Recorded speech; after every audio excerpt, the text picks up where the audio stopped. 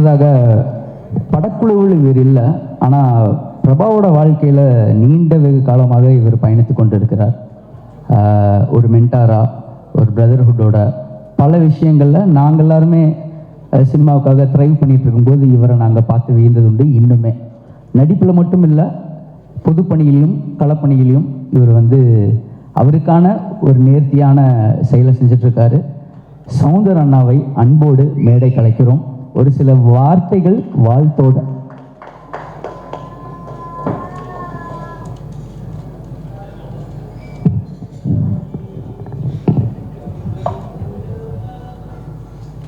மண்ணுக்கும் மக்களுக்கும் வணக்கம். மேடையில் இருக்கும் சாதித்த கலைஞர்களுக்கும் பத்திரிகை மீடியா உறவுகளுக்கும் சிறப்பு வணக்கம். நான் இங்கே சந்தோஷமாக வாழ்த்துறதுக்கு தான் வந்தேன். Prabhakaran, we use to call captain தான் நாங்கள் கூப்பிடுவோம் அவங்கள. இதில் ஒரு சின்ன ஸ்டோரி இருக்குது, சொல்லட்டுமாடா? ஓகே, சொல்கிறேன். ஜாலியாக நான் சிங்கப்பூரில் வேலை பார்த்துட்டு இருந்தேன். எங்கள் அண்ணனுக்கு பொண்ணு பார்த்துட்ருக்கோம். பொண்ணு பார்த்துட்டு வந்துட்டார். பொண்ணு ஓகேவா சொல்லணுமானா மாப்பிள்ளையோட தம்பி சொல்லணும்னு சொல்லி அந்த வீட்டில் சொல்லியிருக்காங்க. மாப்பிள்ளை ஓகேவானா பொண்ணோட தம்பி பார்க்கணும்னு சொல்லிட்டாங்க. ஸோ பொண்ணோட தம்பி கோயம்புத்தூரில் படிச்சுட்டு இருக்கான், 8th ஸ்டாண்டர்ட். மாப்பிள்ளையோட தம்பி சிங்கப்பூரில் வேலை பார்த்துட்டு இருக்கான். பொண்ணோட தம்பி அவன், மாப்பிள்ளையோட தம்பி நான். அப்படி தான் எங்களுக்கான அறிமுகம். என்னுடைய மாப்பிள்ளை, என்னோட மச்சினை, எனக்கு உயிரான ஒரு ஒரு ஒரு மனுஷன். ஏன்னா ஆனால் என்னை பார்த்து தான் நீ சினிமாவுக்கு வந்திருக்கான். நான் நிறைய வாட்டி சொல்லுவேன், வேணாம் மாப்பிள்ளை நீங்கள் வராதிங்க, சினிமாவுக்கு வராதிங்க. நான் சினிமாவுக்கு ஒரு 3-4 இயர்ஸ் இருக்கும்போது தான் அவன் சினிமாவுக்குள்ளே வர்றான். அப்போ வேணாம் மாப்பிள்ளை நீ சினிமாவுக்கு வராத, கொஞ்சம் வெயிட் பண்ணு, நான் ஜெயிச்சுக்கிறேன், அதுக்கப்புறம் வான்னு சொல்லுவேன். கேட்க மாட்டான். இதுவரை நான் சொன்ன எந்த விஷயத்தையுமே கேட்டதே கிடையாது.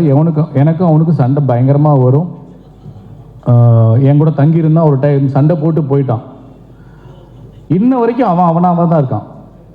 அவன் ஒரு விஜய் நான் சொல்கிறேன் இல்லையா, ஒரு வாட்டி என் முடிவு பண்ணிட்டான், என் பேச்சு நானே கேட்க மாட்டேன்ற மாதிரி. அவன் கேரக்டரை எப்படி தான் எக்ஸ்ட்ரா பண்ண மாட்டான். அவனுடைய சிந்தனை, அவனுடைய ஐடியா எல்லாமே ரொம்ப பெருசாக இருக்கும்.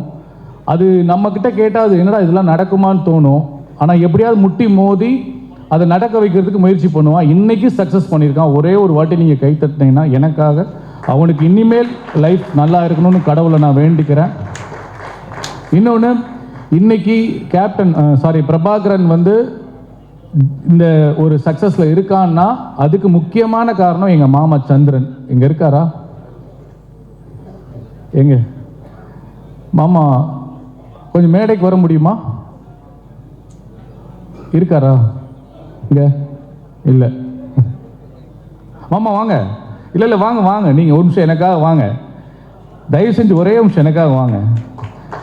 ஏன்னா நான் அவருக்கு பிள்ளையா பிறக்கணும் கூட ஆசைப்பட்டிருக்கேன். இவனுக்கு என்ன வேணுமோ செஞ்சு கொடுத்துட்டே இருப்பார். இவருக்கும் அவருக்கு. மாமா மேலே வாங்க மாமா, தயவு செஞ்சு ஒரு வாட்டி வாங்க. ஏன்னா எந்த ஒரு பிள்ளையும் தகப்பன் இல்லாமல் இல்லை, தாய் தகப்பன் இல்லாமல் இல்லை. அவ்வளோ ஃபெயிலியர் பார்த்துருக்கான். நிறைய பேர் ஏமாத்திருக்காங்க பிரபாவை. இது வரைக்கும் நான் பிரபாக்காக எங்கேயுமே பேசினது கிடையாது. இன்னைக்கு நான் பேசலைன்னா நான் நல்ல மச்சனாகவும் இருக்க, மாமனாகவும் இருக்க மாட்டேன், ஒரு ஃப்ரெண்டாகவும் இருக்க முடியாது. ஸோ இவரை நீங்கள் உங்கள் கைத்தட்டி ஆமாம்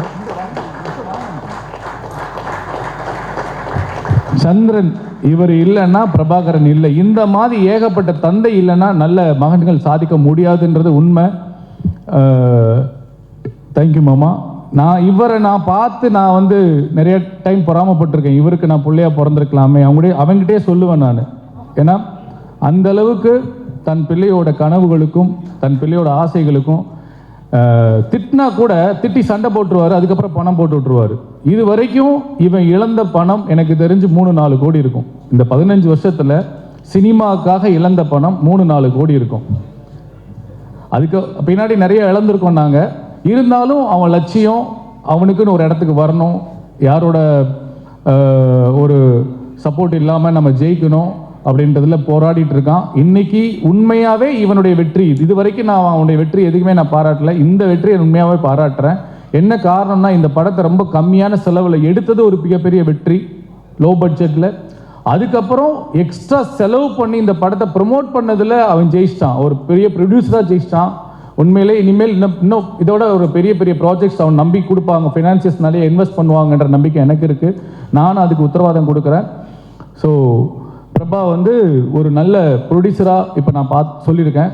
அவனுக்குள்ள ஒரு மிகப்பெரிய சினிமாட்டோகிராஃபர் இருக்கார், ஆக்டர் இருக்கார். கிழக்கு பார்த்த வீடுன்னு ஒரு படம் பண்ணியிருக்கான். சான்ஸே இல்லை அந்த படம் நீங்கள் என்னைக்கா ஒரு நாள் ரிலீஸ் ஆச்சுன்னா தெரியும் அந்த அளவுக்கு அவன் பெர்ஃபார்மன்ஸ் இருக்கும். And all the very best மாப்பிள்ள. கொஞ்சம் எமோஷனல் ஆகிடுச்சு. இந்த படத்தில் ஒர்க் பண்ண டிரெக்டர் சார், நம்ம கூடிய சீக்கிரம் உங்களுக்கு அட்வான்ஸ் தரேன் சார். இன்வெஸ்டர் பார்த்துட்ருக்கேன். இதே 15 நாளில் 20 நாள் ஒரு படம் எனக்கு பண்ணி கொடுங்க sir. And all the technicians எல்லாருக்குமே என்னுடைய மனமார்ந்த வாழ்த்துக்கள். அண்ட் சண்முகம் வாங்க. நான் வந்து முத சினிமாவுக்கு வந்து அசிஸ்டன்ட் டைரக்டராக ஒர்க் பண்ணும்போது அந்த படத்தில் நடித்தார். சம்பளமே வாங்காமல் நடித்தார். 17 வருஷம் ஆச்சு. இவர் நடித்த படம் எனக்கு தெரிஞ்சு மினிமம் ஒரு 500 படம் நடிச்சுப்பேனே. 500 படம் நடித்து இன்னைக்கு இந்த ஒரு படத்தில் தான் முகம் தெரியுது. தயவு செய்து உங்கள் எல்லா கேமராவும் இவரை பதிவு பண்ணுங்க. எனக்கு ரொம்ப சந்தோஷமாக இருந்தது அவர் அந்த சீனில் பார்க்கும்போது. எந்த ஒரு ஹெசிடேட் இல்லாமல் என்ன கேரக்டர் கொடுத்தாலும் போய் நிற்பார். அவர் சொன்னது உண்மைதான். படத்தில் வருமா வரதா தெரியாது, ஆனால் சின்சியராக நடிப்பார். சினிமா மட்டும்தான் தெரியும். சினிமாவை மட்டுமே தொழிலாக நேசிக்கிற ஒரு மனிதர், நடிகர். வாழ்த்துக்கள்ண்ணே. அண்ட் எல்லாருக்குமே என்னுடைய மனமார்ந்த வாழ்த்துக்கள். சித்தப்பு போயிட்டாரு.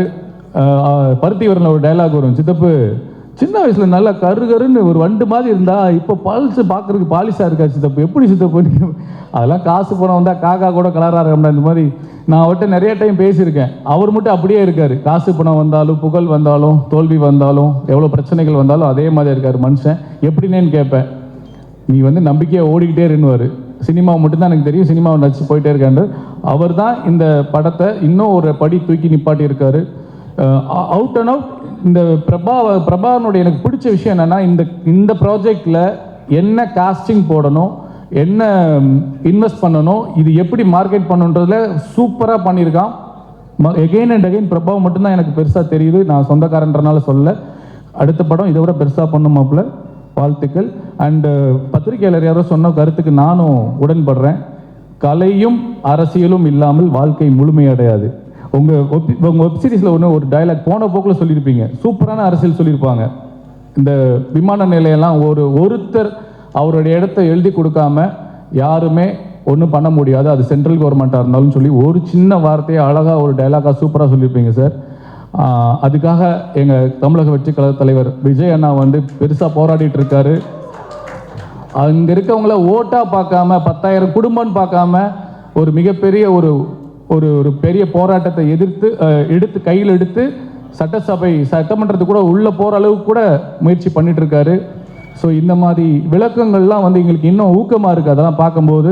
ஸோ பரந்தூர் மக்கள் லா அண்ட் ஆர்டரில் இருக்குது. நீங்கள் கையெழுத்து போடாமல் உங்கள் இடத்த கொடுக்காம கவர்மெண்ட் கையகப்படுத்த முடியாது. சட்டத்தில் இடம் இருக்குது. அந்த செய்திக்கு நன்றி. டைரக்டருக்கு, ப்ரொடியூசருக்கு நன்றி. அண்ட் போன வாட்டி ப்ரெஸ் மீட்டில் வந்து ஒரு பத்திரிகையாளர் என்ன அரசியல் பேசாதீங்க அப்படின்னு சொன்னார். எனக்கு டக்குன்னு ஸ்ட்ரக் ஆகிட்டேன். அடுத்து பதில் சொல்ல முடியல. அதுக்கு ஒரு சின்ன விளக்கம் கொடுக்கணும்னு ஆசைப்பட்றேன். அந்த படத்தில் அரசியல் இருந்துச்சு, அது ஒரு காட்சி இருந்துச்சு, அதனால நாங்கள் அதனால தான் பேசினேன் நான். ஆனாலும் அங்கே ஒரு அடக்குமுறை இருந்தது. அதில் என்ன கேள்வி, எனக்கு வீட்டுக்கு போனதுக்கப்புறம் நான் என்ன தப்பாக பேசினேன், நான் என்ன தப்பாக சொல்லிட்டேன் அப்படின்னு நான் யோசிக்கும்போது எனக்கு மறுபடியும் உங்ககிட்ட இந்த கேள்வி கேட்கணும்னு தோணுச்சு. அரசியல் இந்த ஆடியோ லான்ச்சில் வந்து நான் சொன்னேன், கலையும் அரசியலும் இல்லாமல் வாழ்க்கை முழுமையடையாது. எத்தனையோ நடிகர்கள், எத்தனையோ இயக்குநர்கள் அரசியல் பேசுகிறாங்க, ஆனால் யாரையுமே கேள்வி கேட்க மாட்டுறாங்க. பெரிய பெரிய நடிகர்களாக இருக்கட்டும், பெரிய பெரிய இயக்குநர்கள் எல்லாமே அரசியல் பேசியிருக்காங்க, யாருமே தடுக்கல. அப்போ நான் மட்டும் ஏன் அரசியல் பேசக்கூடாதான்னு ஒரு கேள்வி வந்தது. நன்றி. அரசியல் பேசலை, ஆனால் இதுவும் பேசலைன்னா அப்புறம் எப்படி? அந்த படத்தில் இருக்கு. பத்திரிகையாளர் உங்ககிட்ட தான் நாங்கள் பேச முடியும், வேற எங்க நான் கேட்க முடியும்? அதனால மீண்டும் நான் அந்த படத்தை அரசியல் பேசுவதற்காகவோ சுய அரசியல் விளம்பரத்துக்காகவோ பேசல. ஒரு சிட்டிசன், ஒரு பொறுப்புள்ள மனிதனா அந்த கேள்வியை நான் கேட்டேன். அந்த கேள்வி கேட்ட பத்திரிகையாளருக்கும் நான் அதை தான் விளக்கம் கொடுக்குறேன்னு நான் நினைக்கிறேன். Thank you so much. அண்ட் இந்த சட்டமும் நீதியும் வெப் சீரிஸை அடுத்த இதான் ஃபஸ்ட் டைம் பார்க்குறேன். பத்திரிகையாளர்களுக்கு ஒரு thanks meet. Super, hats off to all the சட்டமும் நீதி டீம். அண்ட் ஒரே ஒரு ரெக்வஸ்ட், அந்த சினிமா பத்திரிகையாளர் சேர்த்துக்கோங்களேன் எடிட்டில். நீங்கள் பிரித்து பார்க்கல இல்லை இருந்தாலும் கலை அரசியல் தான் ஒரு வாழ்க்கை, மனிதனோட வாழ்க்கையில் மிக மிக முக்கியமானது. இன்னைக்கு நம்ம இங்கே இருக்கோம்னா இது சினிமா பத்திரிகையாளர்கள். ஓகே நான் கவனிக்கல, இருந்தாலும் நீங்கள் அதை ஒரு வாட்டி போட்டுருங்க. அண்ணா நான் ஒரு ஏவி போட்டேன் பார்த்தீங்களா, அது உங்களுக்கு மட்டும்தானே? இல்லை அவர் மனசளவில் உண்மையாக தான் சொல்கிறாரு. இருந்தாலும் வெளிப்படையாக கன்வே ஆகணும்ல. அப்போ அரசியல் சட்டமன்றம் இருக்குது, பாராளுமன்றம் இருக்குது, ரோட்டில் போய் பண்ணுற பத்திரிகையாளர் இருக்காங்க. இங்கே நம்ம பத்திரிகையாளர் இவங்க தான். நம்ம சினிமாவை, நம்ம நடிப்பை, நம்ம திறமையை மக்கள் கொண்டு போகிறவங்க இவங்க தான். அதனால் சினிமா பத்திரிகையாளரும் போடுங்க, நம்ம பிரசாத் லேபை போடுங்க, நம்ம பத்திரிகைகளோட கிளிப்பு அங்கே போடுங்க. ஒரு தாழ்மையான வேண்டுகோள், தப்பாக எடுத்துக்காதீங்க. ஓகே, நல்லதையே நினைப்போம், நல்லதையே விதைப்போம், நல்லதே நடக்கும். நன்றி, வணக்கம்.